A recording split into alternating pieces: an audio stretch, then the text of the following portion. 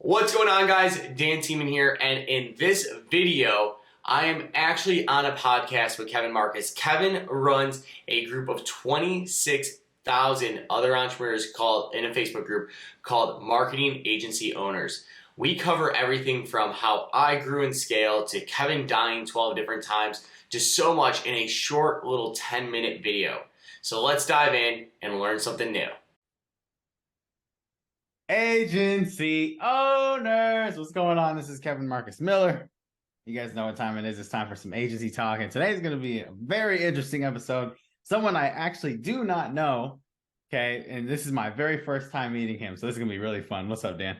What's going on, Kevin? How you doing, man? Good, man. So we connected on the high level Facebook group. Yeah, We did. I saw your post. I was like trying to put myself out there a little bit. So why not? Let's hit it up. right on. So give me the 411. So you're in Ohio. You started your agency how many years ago? Yeah, I'm in Chicago, so Illinois. Illinois. It's all good. See, I don't even know him. So I'm my agency. I got kind of into the world in end of 2016. Okay, cool. So like 7 years now. So as far as a lot of people are concerned, like an OG of the agency world, I guess you could say, because it's so young. So okay. I tell everyone, man, I've seen more people come and go from this world than I graduated college with. So. So when you first started, what was your first service that you were offering with your agency? Man, I went straight into just doing Facebook ads for real estate agents. Really? So I went straight into just doing ads right away. That was the first service. I picked real estate, and I actually talk about this a little bit on my YouTube channel, is I picked real estate because I wanted business owners that I can easily text in between classes because I was still in college. So I wanted people that I could get a hold of while texting while I'm sitting in class, while I play lacrosse, so while I'm on a bus ride, going to a game, whatever it is. Wow. People that I could easily get a hold of. So I was like, real estate agents. I like that a lot because I know a lot of real estate agents and they definitely hate phone calls. They love text. It was easy. I had a built-out script, man. My goal was like 60 agents a day or something like that. Wow. So I had 60 texts a day. The night before, I'd build out my spreadsheet, and then the next day, I'd just grab a group of 10 and just go. Group of 10 at a time, wait a couple hours, whatever it is, next chance, 10 more, etc.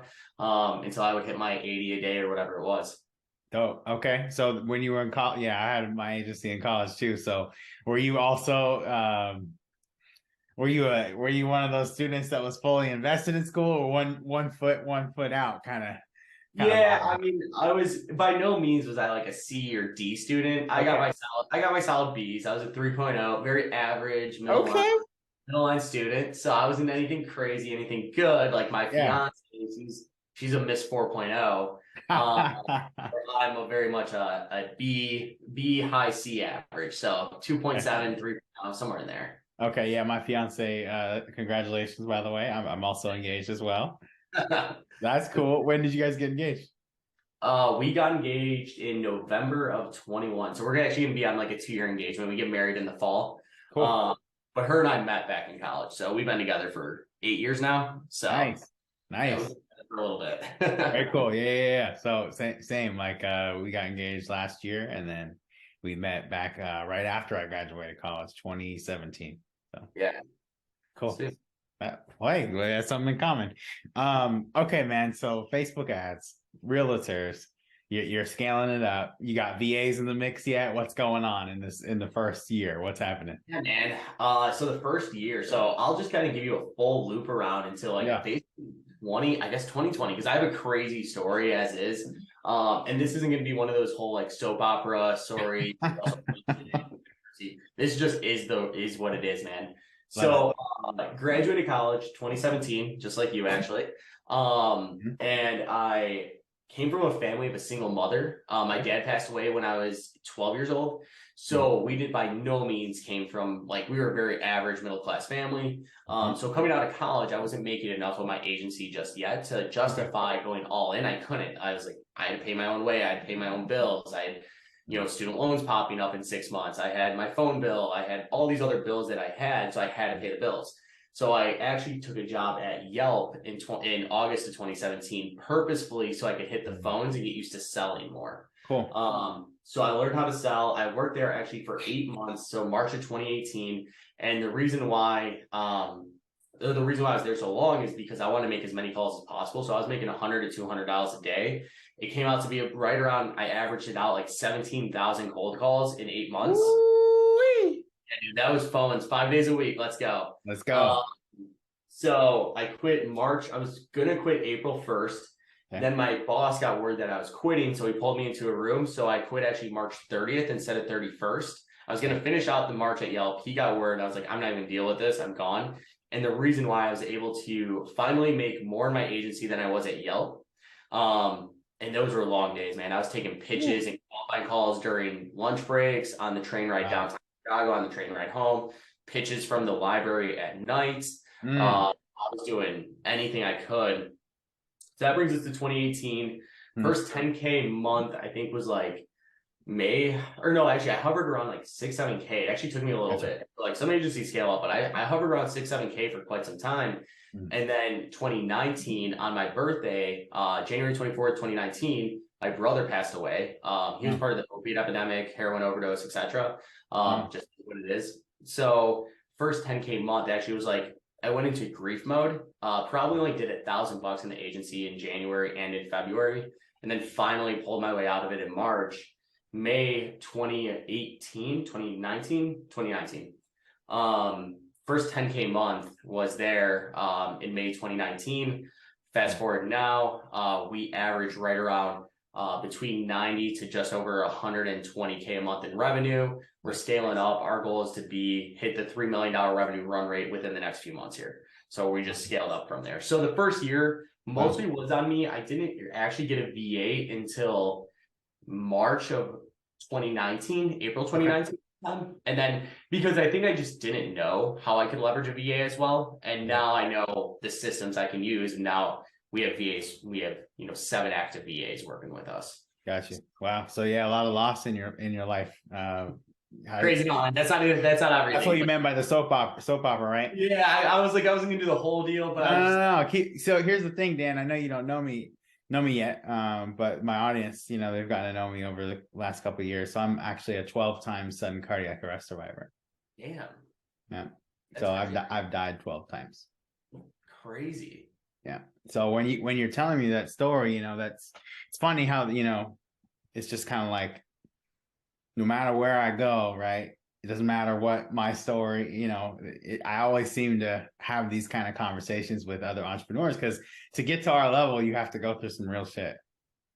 It just doesn't work that way. And unless you were given like a trust fund or something like that. Right? Yeah. Unless you have a golden spoon, man. Right. And we didn't have that, man. Single mom, same thing here. So yeah, man, I totally understand what you're saying, man. I was actually in March last year, I was on the come up again because I survived a round of cardiac arrest and then got my life back together, got out of the hospital, and then back again. I had 9 back to back at my grandma's 90th birthday last year. So whole agency collapsed, right? All my momentum collapsed, all those things. So I understand, man, like this is not for people who are you got to be okay with failing publicly. Yeah, it is what it is. That's what it is. It's not just a I tell this to our clients, but it's just not up and up and up and up. Like there's ups and downs. It's the stock market, man. It goes up some months, goes down others. Is what it is. Is what it is, man. So your leadership style, like, do you consider yourself, like, when you're talking to your team, do you feel like you're more so like a Jordan Belfort, Wolf of Wall Street style, or what's your you got the phones, like, the sales just like I do. Are you more of a hard motivator, or what's your leadership style? Yeah, I wouldn't say I'm by any means Jordan Belfort style or anything like that. Okay. I'm not the hardcore sales, I'm not Mr. Ryan Suman hardcore closer. Okay. But I would say my leadership style, it's definitely evolved. It used to be a lot more emotional. Now I've been able to kind of step away from that and actually think about what is somebody going through and what's happening. Yeah. And it's not passive, because when there's stuff that comes up, it gets touched on. But it's a lot more like, here's our goal. Like, what are we doing to get there? And are we going in the right direction? I was actually on a call yesterday with somebody, and he said, like, the reason why, and this, I think this comes down to leadership, because it is leadership, frankly. It's like the reason why a lot of people don't hit their goals is, I actually wrote it down, is because they're unaware of what's not going right. They're doing the incorrect actions, and then they're straight up, their plan just sucks. Like, they're just have a bad plan, right? So leadership style wise is very much like how I talk. It is what it is. Here it is. What are we doing? What's going right? What's going wrong? Now, I don't always have to be like that, because there are some times where it's like, we have to bring the energy to the team. Right. I'm a big on Patrick Lencioni. I don't know if you've read any of his books at all. I highly suggest all of his books. So Patrick has this really good book called The Motive. It's for CEOs. And it basically talks about the 3 things we should be doing as CEOs is either motivating our team, training our team, or communicating with them what we want. And that's it. Those are like the 3 main things that we need to do every day. And as we've grown in scale, I've really tried to just put myself in those spots to try to build people around me. Because you realize over time, it can't be just you. But that's, leadership style, I guess, is kind of relax and chill for the most part. But when push comes to shove and stuff has to happen, stuff will get done. Cool. Very cool, man. So for somebody watching that's maybe a new agency owner, they're still trying to figure out what their niche is or whatever. What advice would you have for that person that's still straddling the fence, doesn't know what to do? Man, I think, Hermosi says it best, is like, when you think 50 people is a lot of people, it's not a lot of people. You need 5,000 people. So you need to just put so many feelers out there that you can't even keep up with the amount of people responding back to you. And picking a niche that there's just a ton of businesses in. I think it's, especially newer agencies, right? Like, you can go after, you could do, Gary Vee style, which works with big brands. You can get there. Right. It's just going to take you years to land that very first client. I think it's a lot easier when we talk about agencies with like local businesses. It's just picking an industry that there's a ton of businesses within, and then just really pounding it. And then just creating your list and just doing those repeatable tasks every day, having goal sets on how many outbound calls do you want to make a day? How many texts do you want to send? How many emails do you want to send? And creating those types of things, and then understanding that you can't just do 10 of those things. You have to do hundreds of those things. Got you. And so right now, your priority, I see that you're helping agencies as well. You decided to give back and start your own agency program. Is that right? I don't have a full program by any means when it comes to it. I have, if agencies reach out and they want some help, I'm willing to, hop on calls, help them out in some fashion, create a YouTube channel around it. But by no means do I actually have a program just yet, specifically for agencies. Kind of just, give them back right now. If people reach out, I respond to the DMs, all that stuff, to see how I can help and support in different ways right now. Okay, perfect. So if you're watching this and you want to talk to Dan, I'll put his link to his LinkedIn in the comment section here. Dan, as we wrap up, I always ask my guests this question before we wrap. I love marketing because you can literally just make money out of thin air. That's a good note to end it on. Dan, I appreciate this conversation, man. It was good to get to know you. It's always nice to see a kindred spirit and, the trials we went through, and that we came out the other side, man. So hey, for sure, dude. Awesome. It's good talking to you, Kevin. You too. All right. All right, guys. Thank you so much for listening to that short little interview. If you liked what you had to hear, please click subscribe below. As we continue to grow this YouTube channel, I can actually start to host people into the channel and we can grow together. So go ahead, hit the like button below, hit the subscribe button below, and I look forward to seeing you in the next video.